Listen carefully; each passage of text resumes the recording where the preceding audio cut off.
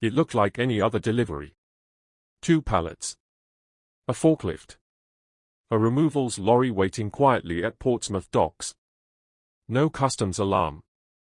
No documentation irregularities. Just silence. The kind of silence that doesn't raise questions. The kind that lets you blend in. Hours later, that same lorry pulled into a motorway service station just north of Winchester.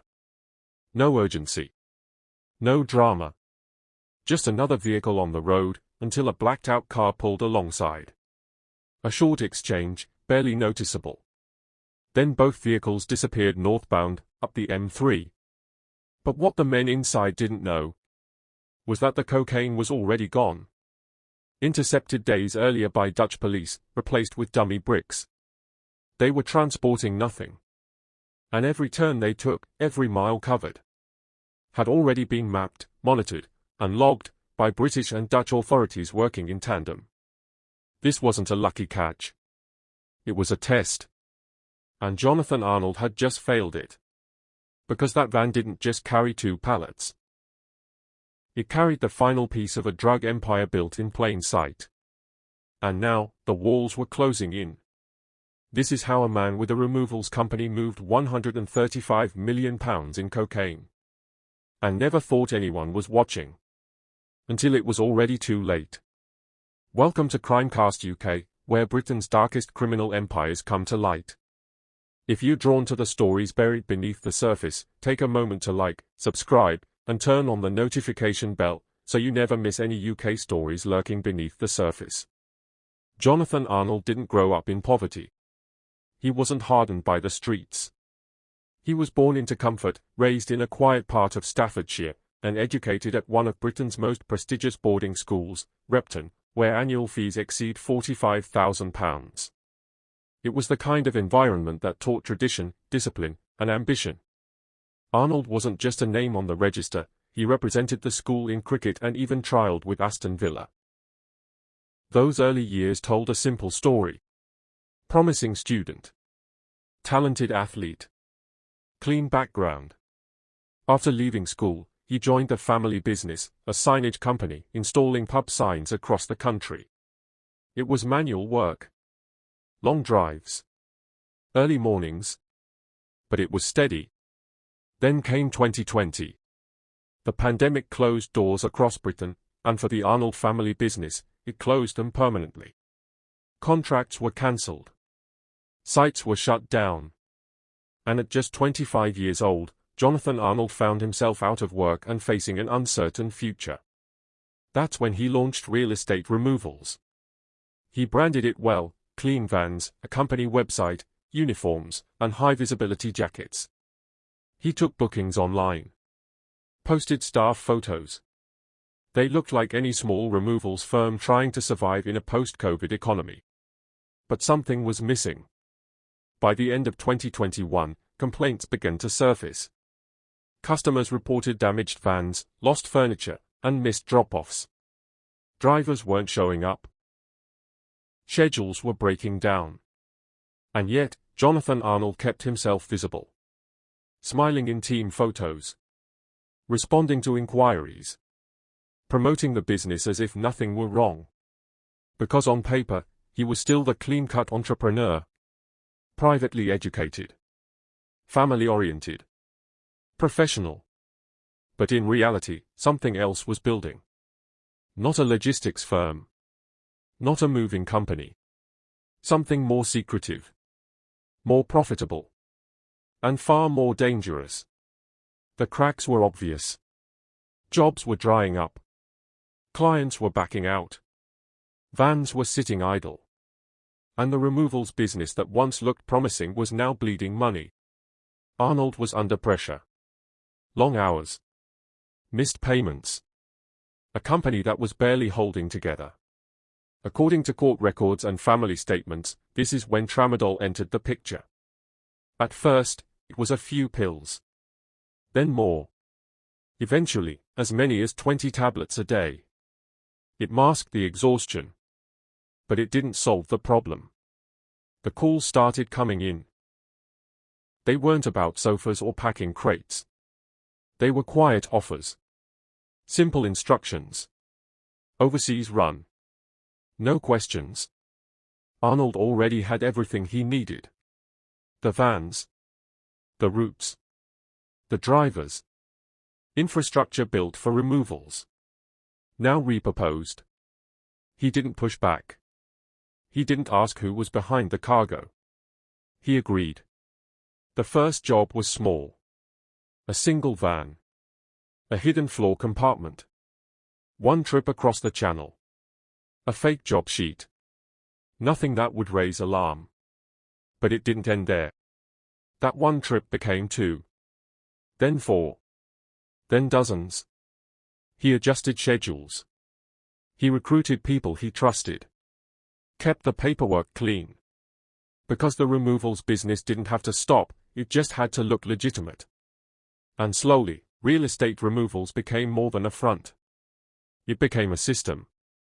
Built on timing, silence, and the idea that if no one asked questions, no one had to lie. Once the first run worked, Jonathan Arnold didn't slow down. He scaled up. Routes expanded.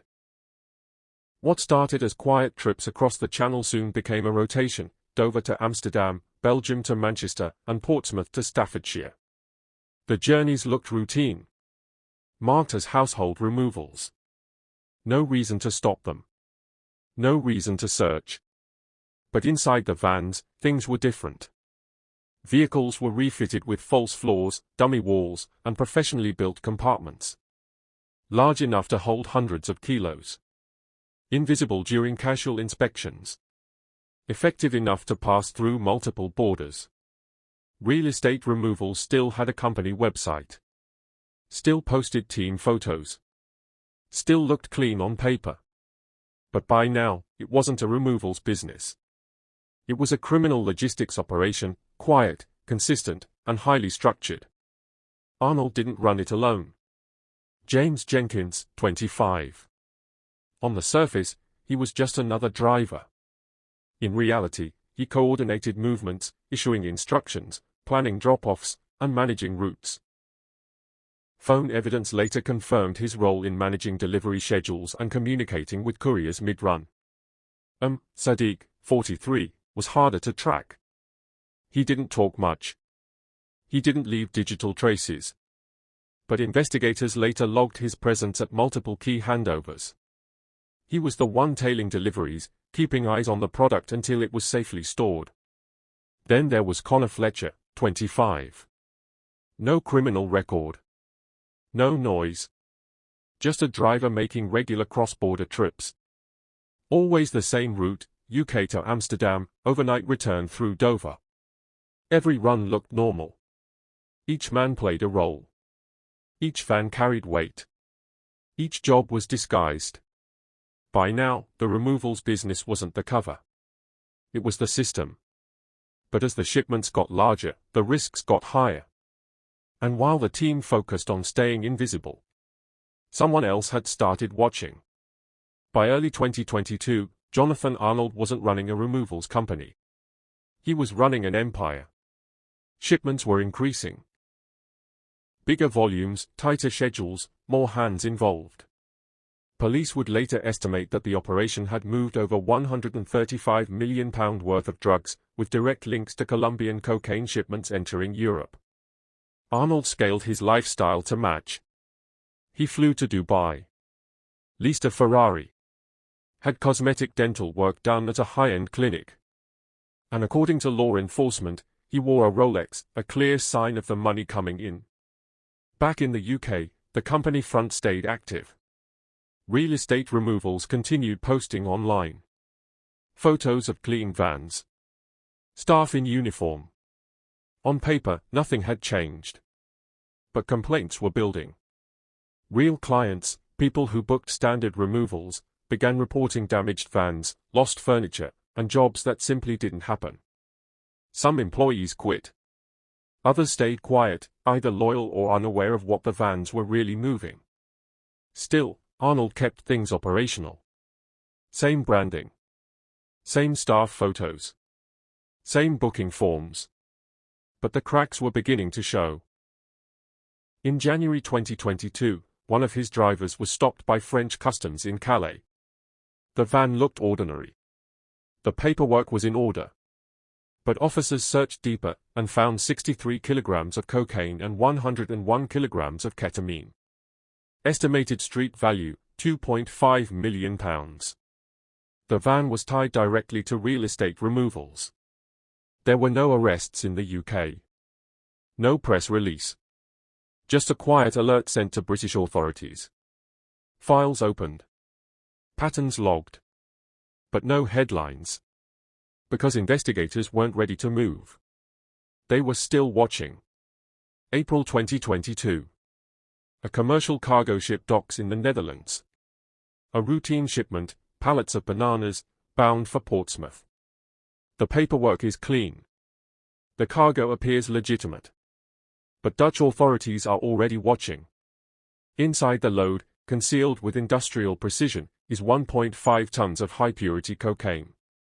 Estimated UK street value, £118 million. But the drugs never leave the port. Acting on intelligence, Dutch police intercept the shipment. Every brick of cocaine is removed. Dummy packages, carefully weighted and identically shaped, inserted in their place. The pallets are resealed. The manifest remains untouched. And the load is quietly allowed to continue to the UK. British authorities are notified. But they don't intercept the cargo. They want to see where it goes. When the shipment reaches Portsmouth, nothing seems out of place. Among the wider delivery, 2 pallets are separated and loaded into a van tied directly to real estate removals. The driver doesn't notice anything unusual. He follows the route. Northbound. No rush. No suspicion. Surveillance teams track every movement. Motorway cameras. Tail vehicles. CCTV. The van is followed into Staffordshire, to a familiar warehouse already linked to Arnold's operation. Inside, the pallets are received. Unloaded. Secured. To the gang, it's a victory. One of the biggest hauls they've ever handled, successfully moved across borders, without detection. But they haven't moved anything at all. Because the cocaine they believed they were receiving was already in the custody of European police. And every step of the operation, from port to warehouse, has been fully documented. This wasn't a success. It was a trap. And they had just walked straight into it. June 2022. One final run. Same company. Same route. Connor Fletcher, 25 years old, behind the wheel. He'd made the trip before. A cross-border drive to Amsterdam, an overnight stay, and a return through Dover. The lorry was marked real estate removals. The paperwork listed household goods. No signs of anything out of place. But this time, authorities were waiting. Acting on intelligence linked to the banana shipment, Border Force officers flagged the vehicle for a detailed search. At first, nothing. Standard contents. Clean documentation. No immediate cause for arrest. Then they looked underneath. Built directly into the trailer. A professionally constructed false floor. Hidden. Sealed. Inside, 60 kilograms of high-purity cocaine. Street value, several million pounds. Fletcher was arrested on the spot. His phone was seized. What it held confirmed everything. Messages. Loaded. Done. Encrypted contacts. Coordinated timings. Drop locations. Movement history. Phone analysis connected him directly to Jonathan Arnold, to James Jenkins, and to Sadiq. It wasn't just one courier. It was a network. Mapped by surveillance, tracked by phone data, and now tied together by physical evidence. The hidden floor was no accident. It matched the design found in other real estate removals vehicles. Fletcher didn't resist. He didn't speak. But his silence said enough. Because by the time he was in custody, the full picture was already clear. And the arrests were just beginning. The trap had been set. The evidence was in place. Now, it was time to move. The first arrest came in the West Midlands.